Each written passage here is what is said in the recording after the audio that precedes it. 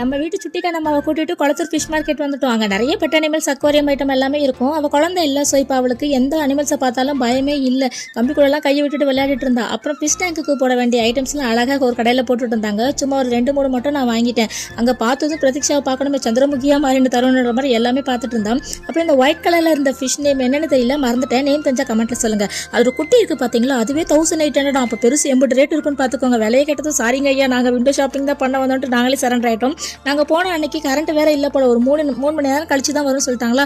So அவ்வளோவா எதுவுமே பார்க்க முடியல. வெளியே போட்டு வச்சிருந்ததை மட்டும் பார்த்துட்டு இருந்தோம். இதில் வேற நாங்கள் போன டைம் நல்ல வெயிலுன்றதுனால இந்த பெட் அனிமல்ஸை கூட அவ்வளோவா வெளியே வைக்கல. இல்லைன்னா பார்த்தீங்கன்னா குளத்தூர் ஃபிஷ் மார்க்கெட் பார்க்க அப்படி இருக்கும். போனவங்களுக்கு தெரியும், ஏகப்பட்ட பேர்ட்ஸ் வெரைட்டியான மீன்கள்லாம் பார்க்க அவ்வளோ அழகாக இருக்கும். பாப்பா வச்சுட்டு ரொம்ப நேரம்லாம் இருக்க முடியாது. ஸோ 2 மீன் மட்டும் நாங்கள் வாங்கிட்டு அதுக்கு தேவையான பாட்டு வாங்கிட்டு, அங்கேயும் ஒரு சுண்டல் வண்டி இருந்துச்சு. அதில் இந்த வடை போண்டெல்லாம் போட்டு கொடுப்பாங்க பார்த்தீங்களா, அது மட்டும் வாங்கி சாப்பிட்டு ஒரு டீ ஒன்று போட்டுட்டு அங்கேருந்து கிளம்பியாச்சு. இதோட லாங் வீடியோ போட்டிருக்கேன். ஸோ உங்களுக்கு டைம் இருந்தால் மிஸ் பண்ணாமல் பாருங்கள்.